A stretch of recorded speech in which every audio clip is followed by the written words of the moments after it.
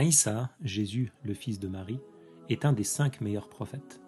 Allah lui a accordé une grande patience. Jésus a une spécificité du fait que Dieu l'a fait exister sans père. Allah a fait exister le prophète Adam sans père ni mère. Il est le créateur de toutes choses. Ce n'est pas difficile pour Allah que de faire exister Jésus sans père. Allah a envoyé un jour l'ange Jibril sous l'apparence d'un jeune homme auprès de Maryam, de Marie.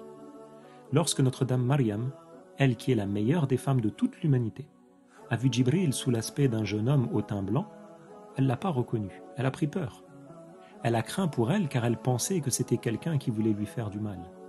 Elle a dit « Inni a'udhu birrahmani minka in kunta taqiyya » c'est-à-dire « Je demande à Allah de me préserver du mal que tu pourrais me faire. Si tu es quelqu'un de pieux, alors ne me nuis pas. » Jibril lui a répondu qu'il est venu sur ordre de Allah pour lui accorder un enfant vertueux. Maryam a été étonnée. Elle lui a demandé comment est-ce qu'elle pourrait avoir un garçon alors qu'elle n'a jamais été mariée et qu'elle n'est pas de celles qui commettent la fornication. Jibril lui a répondu que par sa volonté, Allah a fait exister un enfant sans père et que l'enfant en question, ce sera un bienfait pour ceux qui vont croire en sa véracité. Jibril a alors soufflé dans l'encolure de la chemise de Maryam et elle est tombée enceinte. De peur que les gens ne lui nuisent, elle s'est isolée durant sa grossesse. Jésus est né en Palestine, à Bethléem. Après son accouchement, Maryam a fait le vœu envers Allah de ne parler à personne et elle est retournée auprès des gens avec son bébé dans les bras. Les gens, lorsqu'ils l'ont vue, ils l'ont blâmée, ils l'ont accusée, ils ont pensé le mal d'elle, mais elle gardait le silence parce qu'elle en avait fait le vœu. Quand la situation est devenue très difficile, elle leur a alors fait un signe en désignant son bébé. Les gens lui ont dit « Comment est-ce que l'on va parler avec un bébé qui est encore dans un berceau ?» C'est alors que Allah, par sa toute-puissance, a fait parler Jésus alors qu'il n'avait que 40 jours.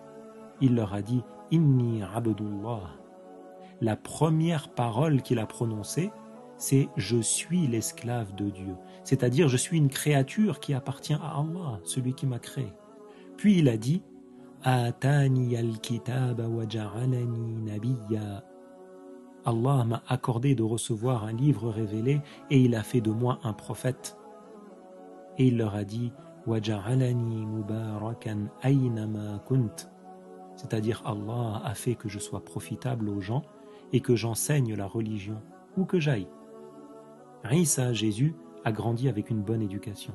Sa mère et lui se sont rendus en Égypte et il y a vécu durant 12 années. Il a appris la lecture, il a étudié là-bas, puis ils sont revenus en Palestine. Jésus a mémorisé la Torah authentique qui avait été révélée au prophète Moïse à Moussa, jusqu'à ce que Allah accorde à Jésus la révélation. Jésus a alors appelé son peuple à l'islam. Il a appelé Banu Israël à n'adorer que Allah lui seul et à ne pas lui attribuer de ressemblant. Eux l'ont démenti. Ils l'ont accusé d'être un sorcier. 12 personnes ont cru en son message. On les appelle les apôtres. Jésus les a ensuite envoyés dans les différentes régions sur terre pour qu'ils appellent à adorer Allah. Le prophète Jésus se déplaçait énormément sur terre pour appeler les gens à l'islam. C'est de là que vient son appellation de Masih en arabe, celui qui voyage beaucoup. Jésus, il n'était pas attaché aux biens matériels. Il s'habillait de laine qui était brute. Il se nourrissait de ce qui poussait sur les arbres ou sur la terre. Il dormait là où il se trouvait, que ce soit dans une mosquée ou à la campagne. Allah lui a accordé des miracles. À son époque, les gens étaient spécialisés dans la médecine.